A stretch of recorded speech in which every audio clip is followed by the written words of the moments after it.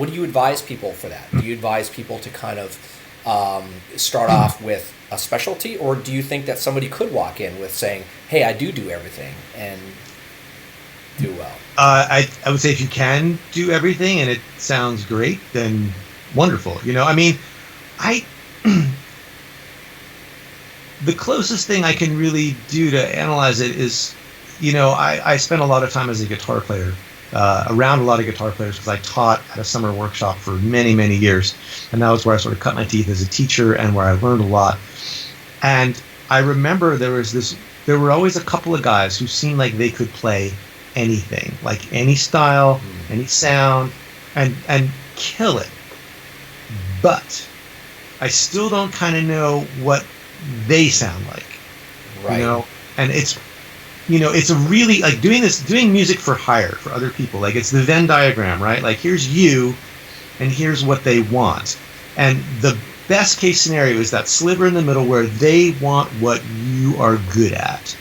Because then you get to be yourself and you get to deliver something that's really genuine and satisfy the job. And that doesn't happen all the time. Sometimes you're just working on your own music, right? You're working, if you make records or you write songs or whatever you do, like you're doing you. Or you're going out to play a gig. And I like to tell people, like, the reason I still play gigs is because there's no revisions on a gig. Like, I go and play the gig, I don't get any feedback to, like, well, we wish you would have come in a little sooner. Yeah, can you change the tempo? Or can you sound a little more like that guy? There's none of that with the gig. You go, you play the gig, you're done, you play music. Over here, way over here, you've got, the 10th round of a commercial spot where you still don't sound like the track they fell in love with but can't afford. And you're so far away from what you sound like at that point that just getting the job done, however you can, because you just want to get it in the rearview mirror. Yeah. But, best case scenario, you're negotiating back and forth. You're doing gigs where, like, it's not really your thing, but you can find a way in because you're musical and it's pushing you, but it's interesting because you're like, oh, I didn't know how that stuff was put together. Now I kind of have a better sense. And then sometimes you get, like, the easy, like, oh, they want me to do my thing. I mean, and I've had both of those. I mean, one year I got the same guy who got me into the Krispy Kreme thing, actually. Like, he went on to become a creative director of an agency here in town.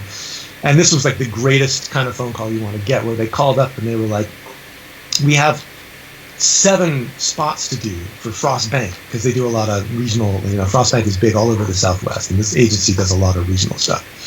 So they said, you have these 7 spots, and we thought you'd be good for it because it's all been temped with Ry Cooder and Lucinda Williams. It's like, my people, Right. So those were great, and I was like, yes, I think I can do that for you. And we did them, and it was fun. And some of them definitely still pushed it, because it wasn't just like writing tracks. It was like a couple of them were like more dramatic and more like cinematic, and some of them were just straight up like, just make it groove, Right. And it's still a creative direction. And then on the other hand, like, sometimes you get a thing where it's like, oh, do you think you could do like a Philip Glass kind of thing? And I'm like, oh, wow.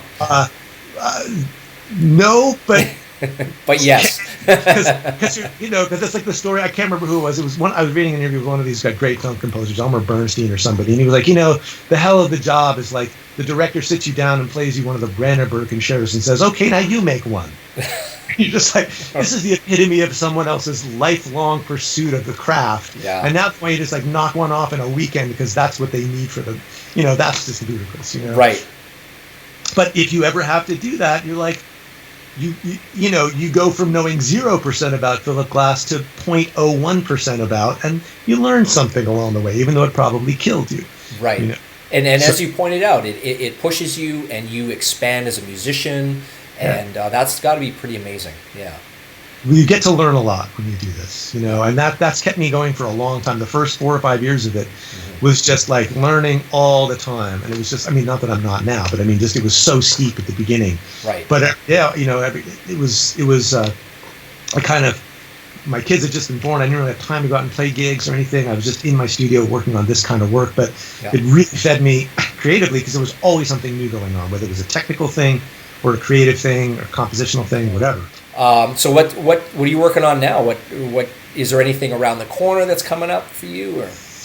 There's a few sort of more long-term projects. Right now, I'm so the producer or director, producer, showrunner that I've worked with on these TV shows, on High Profits and on some of the earlier ones, he's just in the beginning stages of a film project, a feature that he's developing. Oh yeah. And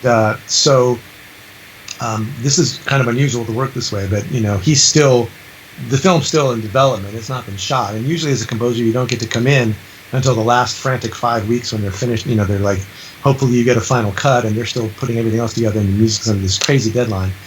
But we worked so well together, collaborating on the score for High Profits, that we've been he's sort of brought me in as part of the development process while he's still looking at actors and developing the script and all this stuff. So I'm working on, we've had some meetings where he's talked to me about the story, and so I've been developing some thematic stuff now, far out from the project, and then like having meetings with him, playing him stuff, handing him stuff to carry around and listen to. So that's a real treat to get to sort of be in on that process early on. Mm-hmm. So I'm getting to try all kinds of ideas that maybe I wouldn't get to use in a more commercial setting. As far as what's the palette, what's the instrumentation, what kinds of things are we going to do? And there's time to experiment because we're not under the gun.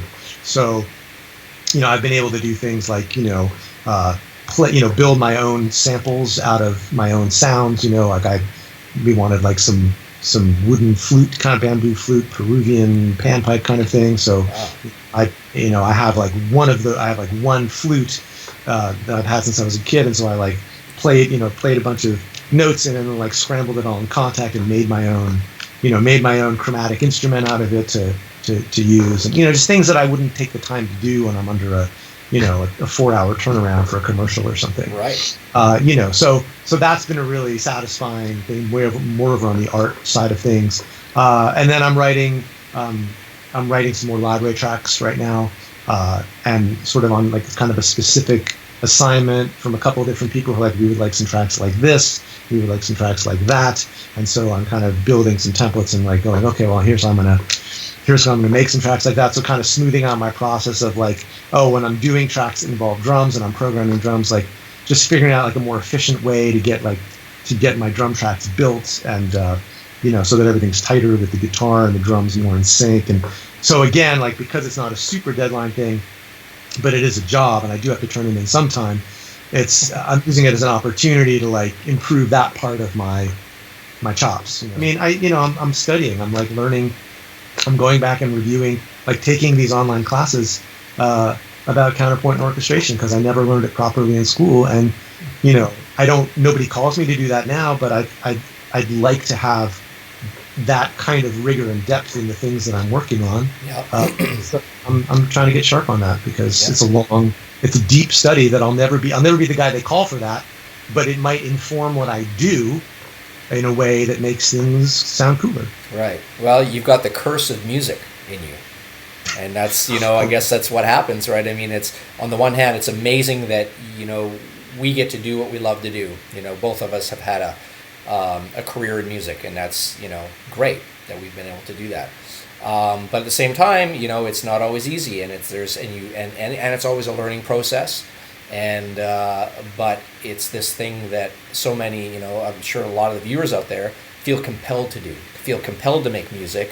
And so isn't it great if you can find a way to make a living at it? And that's really what the whole thing that I've been sort of doing lately is all about. That is like trying to teach people how to make a living at music, and be able to do what they do full time, So. Yeah, if you're interested in that, there are 2 books I would highly recommend you go read.